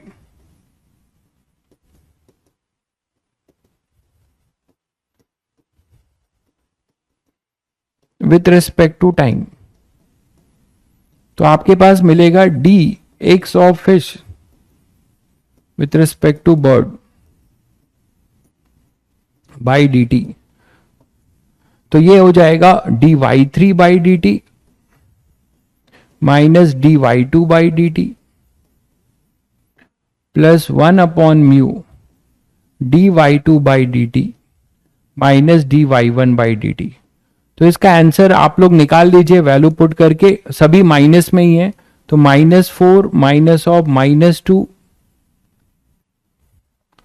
ठीक है, प्लस 3/4, और ये हो जाएगा -2 माइनस ऑफ -2। आंसर बोल दीजिए भाई, इसको सॉल्व कर लीजिए, आंसर बोल दीजिए। तो अपने पास आ जाएगा -2 centimetre per second, -2 centimetre per second. ठीक है, -2 centimetre per second. y3 minus y1 नहीं होगा भाई, कहां y3 माइनस y1 किए दे रहे हो, आप भूल गए। यहां तक आ गया, आपको बर्ड से ये दूरी आपकी, ये फिश है, फिश की इमेज है, ये बर्ड देख रही होगी, तो ये यहां से इसकी दूरी कितनी है, y3 प्लस y2 होगा ना, ये y3 प्लस y2 होगा भाई, सब सही है। 4/3 तो 1/μ करोगे तो 3/4 हो जाएगा मेरे भाई। ठीक है, चलिए नेक्स्ट इसी में था, दूसरा केस कर लीजिए।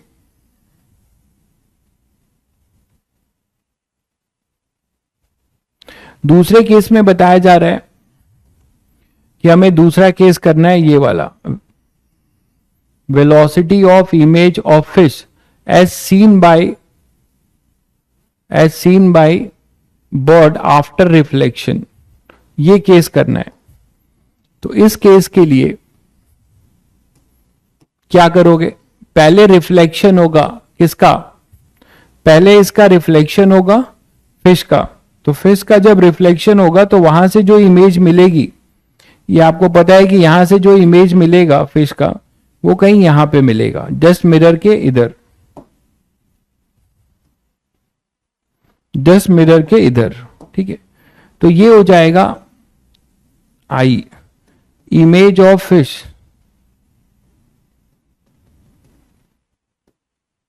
After reflection.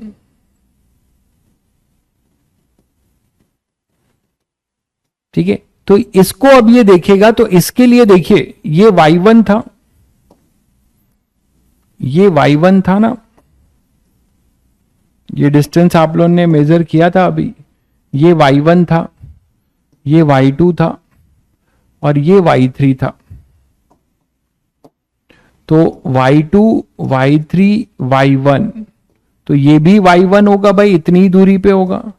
अब इंटरफेस से ध्यान दीजिएगा, इंटरफेस से इसकी दूरी कितनी होगी, बर्ड से ये ऑब्जेक्ट बनेगा है ना, तो ये इसकी दूरी कितनी होगी, ये y1 है और ये y2 है, तो इंटरफेस से इसकी दूरी हो गई y2 प्लस y1 है ना, ये y2 प्लस y1 होगा, और ये डिस्टेंस अपने पास y3, ये तो अपने पास y3 माइनस y2 है ही, और ये y2 प्लस y1 ये डी रियल बनेगा, इस केस में जो डी रियल होगा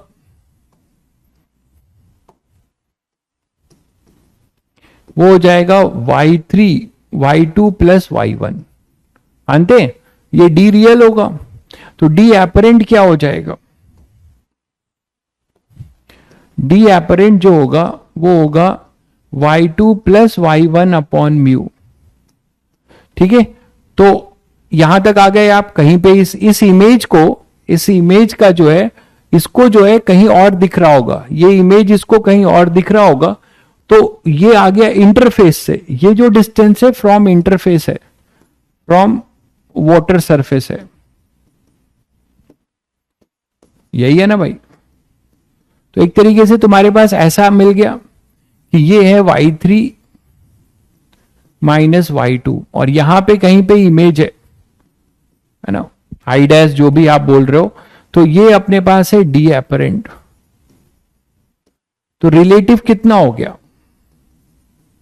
और ये क्या है?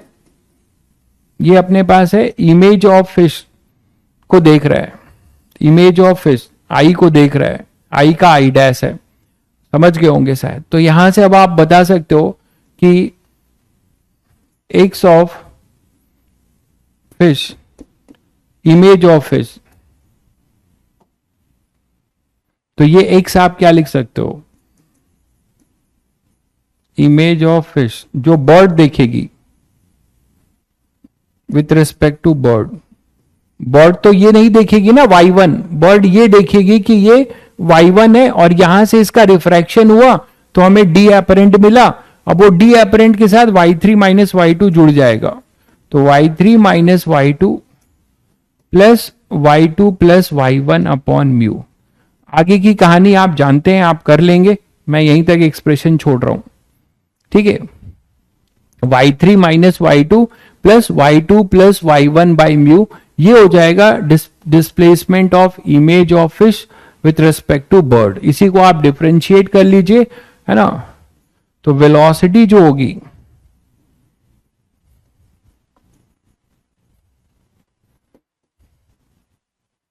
इसको आप डिफरेंशिएट करेंगे टाइम के साथ, बाकी आपको आता है।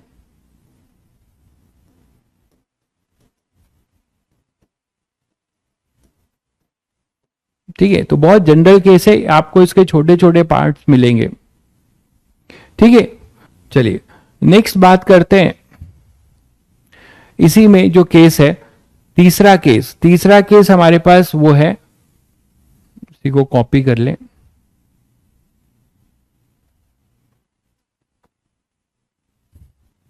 तो तीसरा केस हमारे पास ये वाला है।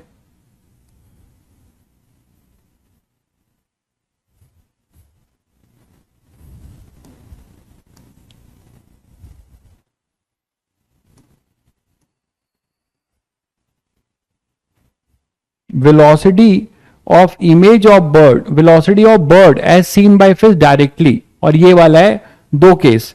तो डायरेक्टली वाला यार तो बहुत आसान है, डायरेक्टली वाला तो बहुत आसान है। आप इसको फिर से वही y3 है, ये अपना y2 है और ये y1 है। तो अगर फिश ने बर्ड को डायरेक्टली देखा है तो ये कौन सा केस हो जाएगा बताइए? एच एपरेंट का केस हो जाएगा भाई।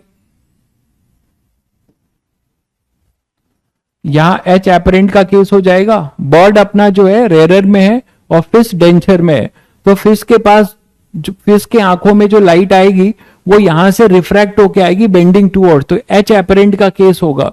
तो सी पार्ट करने जा रहा हूं मैं, सी पार्ट में डायरेक्ट लिख रहा हूं। इसके लिए जो होगा एच एपरेंट, इसका जो होगा वो हो जाएगा एच एपरेंट मतलब वही कि x of bird with respect to fish. क्या लिखोगे बताओ एच एपरेंट के लिए? पहले ये देखो कि इसकी हाइट जो है फिश से बर्ड की हाइट कितनी है। फिश से बर्ड की हाइट है, ये डिस्टेंस होगा अपना, ये डिस्टेंस जो होगा वो रियल हाइट होगा, ये नहीं सॉरी, इंटरफेस से देखते हैं, इंटरफेस से। तो इंटरफेस से ये डिस्टेंस हो जाएगा y3 माइनस y2। ठीक है, इसको आप यहां से रिफ्लेक्ट करा रहे हो तो क्या लिखोगे, y3 माइनस y2 का म्यू टाइम्स, ठीक है, y3 माइनस y2 का म्यू टाइम्स, और प्लस फिश के साथ ये वाली डिस्टेंस जुड़ जाएगी, शायद सबको क्लियर होगा।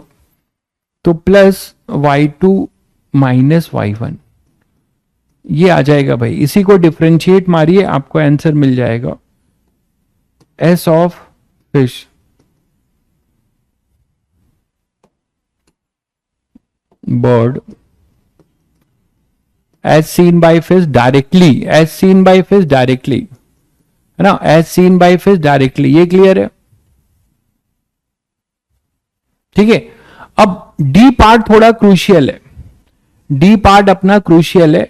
डी पार्ट में क्या हो रहा है, डी पार्ट में आपको देखना है कि जब फिश नीचे इमेज को देख रही होगी, तो पहले तो तुम्हें इमेज बनाना पड़ेगा, पहले आपको इमेज बनाना पड़ेगा भाई, पहले आपको इमेज, इसका बर्ड का पहले इमेज बनाना होगा और उसको फिश देखेगी।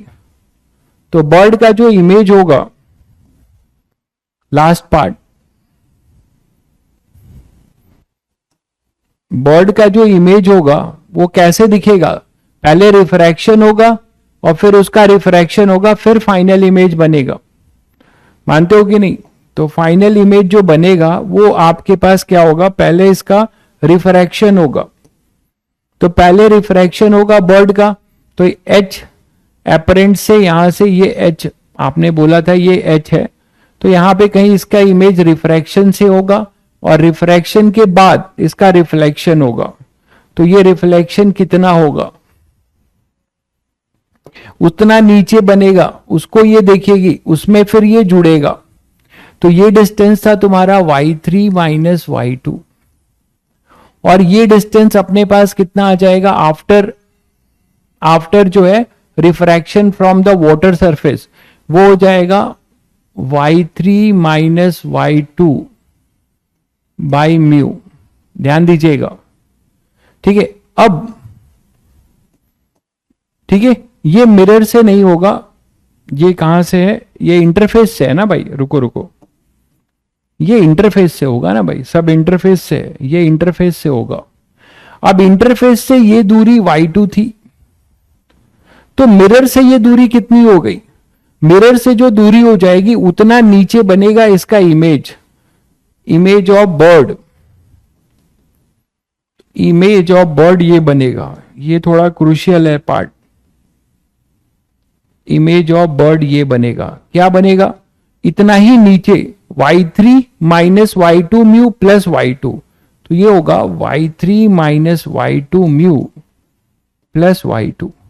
अब बर्ड से ये दूरी कितनी होगी, सॉरी फिश से इसकी दूरी कितनी होगी, तो शायद समझ गए होगे कि displacement of bird with respect to fish, है ना। तो क्या इस केस में क्या होगा, ये होगा y3 minus y2 mu plus y2, और इसमें प्लस y1 कर देंगे, प्लस y1, शायद सबको क्लियर हो गया होगा।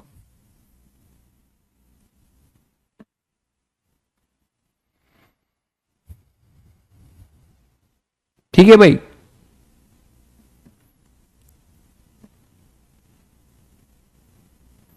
और माइनस वाइनस कुछ नहीं करेंगे भाई, जो भी करेंगे मैंने आपको बता दिया ये डिस्प्लेसमेंट फिक्स जगह से है, dy बाई डी टी आपको डिक्रीजिंग दिखे तो माइनस में रखिएगा, ठीक है, और इंक्रीजिंग दिखे तो पॉजिटिव। तो ये पार्ट सबसे अच्छा है, ये पार्ट सबसे अच्छा था, ध्यान से देख लीजिए।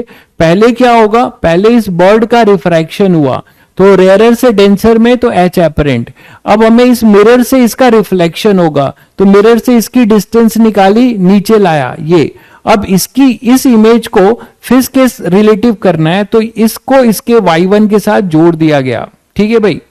तो यहां तक ये कहानी है, ठीक है, क्लियर है सभी को, या कुछ दिक्कत है तो पूछ लीजिए। तो ये सारा जो है मैंने मतलब मर्ज करके करा दिया है आपको, हो सकता है कि मिरर ना दिखे, ठीक है, मिरर आपको ना दिखे, आपको कुछ और मिरर ना हो, केवल बर्ड और फिश हो, पानी मूव नहीं कर रहा हो, तो मैंने सबसे टिपिकल केस आपको करा दिया। ये अगर आप समझ जाएंगे सब कुछ कर लेंगे। यहां तक क्लियर है सभी को? चलिए फिर मिलते हैं। एक बार घर में फिर से प्रैक्टिस कर लीजिएगा। मैंने आपको फिर से सब कुछ बता दिया, बहुत सिंपल है। आपको देख लेना है, ये जनरल मिरर से डिस्टेंस मान लेनी है, और फिर डी एपरेंट या फिर एच एपरेंट, इसको करते हुए आपको जो है करके और डिफरेंशिएट मार देना है। जब आप डिफरेंशिएट करेंगे तो dy बाई डी टी देख लीजिएगा, जो भी है वो डिक्रीजिंग है तो माइनस के साथ रखिएगा, इंक्रीजिंग है तो पॉजिटिव रख दीजिएगा। ठीक है, तो यहां पे ये डी पार्ट नहीं आया। डी पार्ट में क्या दिक्कत है भाई? डी पार्ट में मैंने कहा कि बर्ड को फिश डायरेक्टली नहीं देख रही, इसके इमेज को, मतलब फिश नीचे देख रही है, फिश मिरर में देख रही है। तो फिश अगर मिरर में दिखेगी तो उसको ये दिखेगा, ये नहीं दिखेगा। फिश नीचे देख रही तो उसको इसका इमेज दिखेगा। इमेज कैसे बना होगा? पहले बर्ड का पहले रिफ्रैक्शन हुआ होगा ना, लाइट रे, भाई ऑप्टिक्स पढ़ रहे हो, डायरेक्ट थोड़े बनेगा। पहले लाइट रे यहां से रिफ्रैक्ट होगी, रिफ्रैक्ट होके बर्ड का ये इमेज बनाएगी। अब ये जो लाइट रे आई है फिर रिफ्लेक्ट, मतलब इसको अगर मैं आपको एक रे डायग्राम से बनाऊं तो आप समझ सकते हैं ऐसा कुछ होगा। पहले इसका क्या होगा? पहले यहां से फिर वो क्या हुआ होगा, बेंडिंग जो है टुवर्ड्स द नॉर्मल गई होगी, बेंडिंग टुवर्ड्स द नॉर्मल गई होगी ऐसे, और फिर इसका क्या हुआ होगा, ऐसे रिफ्लेक्शन हुआ होगा। तो ये जो रिफ्लेक्शन होगा उससे ये इमेज बना, ये जो रिफ्रैक्शन हुआ उससे ये इमेज बना। ये नहीं समझ पा रहे हो तो बहुत आसान सी चीज है। ठीक है, तो रिफ्लेक्शन के बाद बर्ड का ये इमेज बना, तो इसको अब फिश को देखना है। तो फिश का आपने ये डिस्टेंस निकाला रिफ्रैक्शन के बाद y3 माइनस y2 म्यू। अब ये तो इंटरफेस से है, तो मिरर से कितना है, प्लस y2, इतना ही पीछे बनेगा इसका इमेज। अब ये इमेज मिरर से है, बर्ड से कितना हो गया, y1 ऐड कर दिया। अब इससे ज्यादा आपको क्या समझ में आएगा? ठीक है, तो सबका आंसर निकाल लीजिएगा डिफरेंशिएट करके। यहां पे अच्छी बात है कि सारे नेगेटिव हैं, यहां पे अच्छी बात है कि सारे नेगेटिव हैं। dy1 by D T, dy2 by D T, dy3 by D T, सारे नेगेटिव हैं, तो सबका आप वैल्यू नेगेटिव में पुट करेंगे। कुछ ऊपर जा रहा होता तो वो पॉजिटिव हो जाता, बस। ठीक है, अब ऐसे क्वेश्चन आपको कभी परेशान नहीं करेंगे अगर आपने ये क्वेश्चन कर लिया तो। इससे ज्यादा खुराफात कुछ नहीं होगा। चलिए फिर मिलते हैं।